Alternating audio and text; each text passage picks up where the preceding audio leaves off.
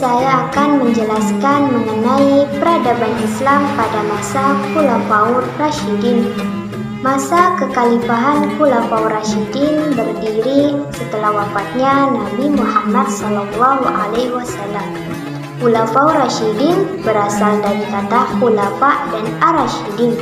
Kata khulafa merupakan jamak dan dari kata khalifah yang berarti pengganti. Sedangkan ar-rasyidin artinya yang mendapat petunjuk. Jadi, Khulafaur ar-rasyidin berarti para pengganti yang mendapat petunjuk. Para khalifah yang termasuk Khulafaur Rasyidin ada 4. Yang pertama yaitu Abu Bakar Asy-Syiddiq. Abu Bakar memiliki nama lengkap Abdullah ibnu Utsman ibnu Amir ibnu Amru ibnu Ka'ab ibnu Sa'ad ibnu Ta'im ibnu Murrah ibnu Ka'ab ibnu Lu'ay ibnu Walid al-Quraisy at-Taimi. Sosok yang lebih dikenal dengan nama Abu Bakar Asy-Syiddiq ibnu Abu Quhafa ini dulunya bernama Abdul Ka'bah. Setelah masuk Islam, Rasulullah SAW menggantinya dengan nama Abdullah. Ayah Abu Bakar bernama Utsman ibnu Amir ibnu Amr, namun lebih populer dengan nama Abu Quhafah. Ibunya bernama Salma binti Syahir ibnu Amir, lebih dikenal dengan nama Ummul Khair. Abu Bakar lahir di kota Mekah pada tahun 573 Masehi. Abu Bakar termasuk dalam as-sabiqunah awalun atau orang-orang yang pertama memeluk Islam. Selanjutnya yaitu gelar Abu Bakar Asy-Syiddiq. Nama Abu Bakar Asy-Syiddiq merupakan gelar yang hanya dimiliki oleh beliau.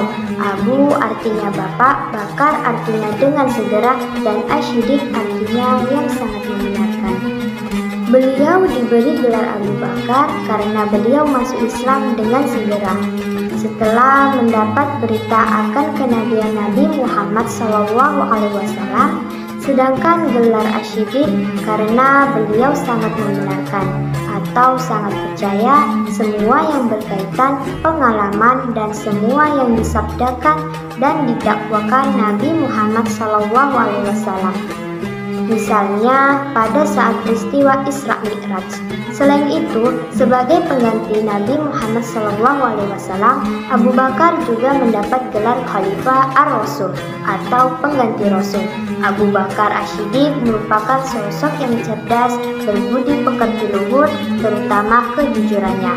Selain itu, beliau seorang yang rendah hati, mudah memaafkan, suka bersedekah, teguh pendirian, dan pemberani. Abu Bakar juga terkenal sebagai saudagar kaya raya. Abu Bakar Asy-Syiddiq diangkat menjadi khalifah melalui pengangkatan langsung yang dilakukan oleh Umar bin Khattab yang meminta Abu Bakar untuk mengulurkan tangannya. Pada saat itulah Umar bin Khattab yang membuat Abu Bakar yang kemudian diikuti oleh kaum Muhajirin dan Answar. Adapun kebijakan pemerintah yang diambil Abu Bakar Asy-Syiddiq adalah sebagai berikut. Yang pertama itu penataan birokrasi pemerintahan dilakukan untuk memperbaiki tata kelola pemerintahan yang lebih efisien dan transparan. Dengan penataan birokrasi yang baik, diharapkan pemerintah dapat berjalan dengan lebih efektif dalam melayani kebutuhan rakyat. Yang kedua, memerangi nabi palsu. Dilakukan untuk menjaga masyarakat dari ajaran sesat yang dapat merusak keyakinan keagamaan yang benar. Tindakan ini dilakukan untuk melindungi umat Islam agar tetap berpegangan teguh pada ajaran yang benar menurut Al-Quran dan hadis Rasulullah SAW. Yang ketiga, memerangi kaum murtad.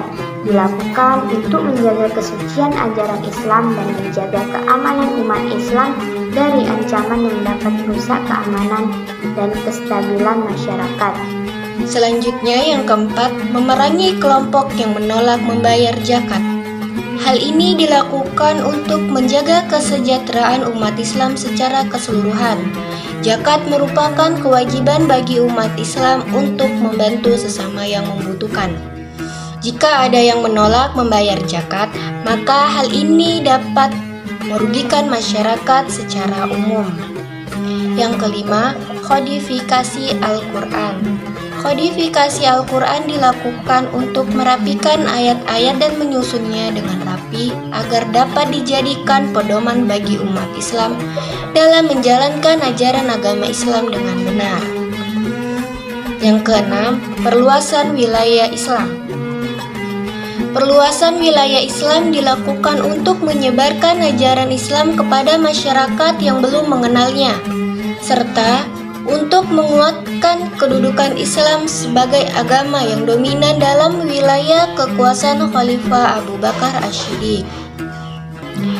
Masa kekhalifahan Abu Bakar berlangsung selama 2 tahun 3 bulan 8 hari 632 sampai 634 Masehi atau sama dengan 11 sampai 13 Hijriah.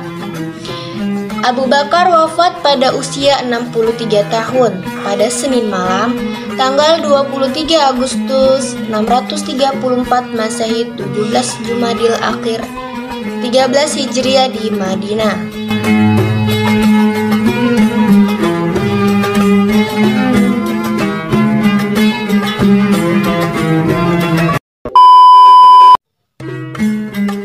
Khalifah yang kedua yaitu Umar bin Khattab.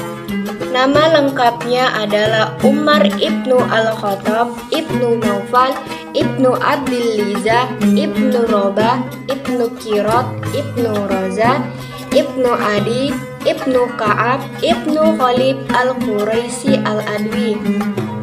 Beliau lahir pada tahun 582 Masehi. Ayah Umar bin Khattab bernama Nufail ibnu Abdil Liza dari Bani Adi, dan ibunya bernama Hantama binti Hisham bin Al-Mughirah. Gelar Umar bin Khattab.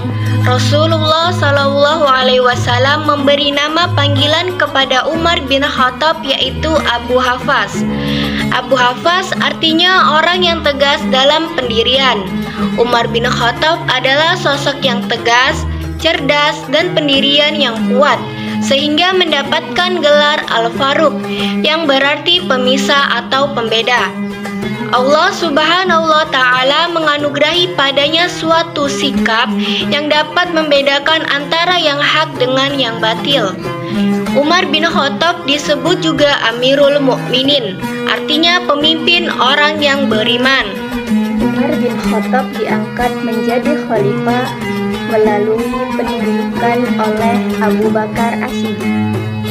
Beberapa kebijakan pemerintahan pada masa Khalifah Umar bin Khattab.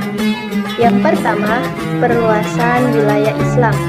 Meski ketika Abu Bakar Ash-Shiddiq telah melakukan perluasan wilayah Islam, tetapi para pakar sejarah menyimpulkan bahwa kejayaan Islam yang sebenarnya adalah pada masa Khalifah Umar bin Khattab. Karena pada saat itu kekuasaan wilayah Islam teramat spektakuler, sehingga terkenal sebagai masa Futuhat al-Islamiyah. Pada masanya kekuasaan Islam melebar hingga ke Suriah, Persia, dan juga Mesir. Yang kedua, menata administrasi dan keuangan pemerintahan. Penataan administrasi dan keuangan pada masanya yaitu dengan membentuk Baitul Mal yang khusus mengurus keuangan negara. Selain itu, dibentuk juga Dewan Perang yang mengurus administrasi pertahanan dan keamanan negara. Yang ketiga, menetapkan kalender Hijriah.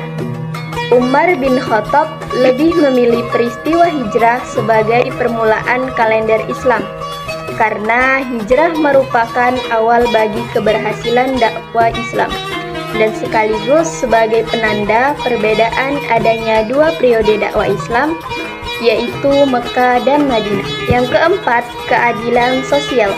Umar dikenal karena keadilan sosialnya. Dia mengambil langkah-langkah untuk memastikan bahwa kekayaan dan sumber daya dibagikan secara adil di antara semua warga negara.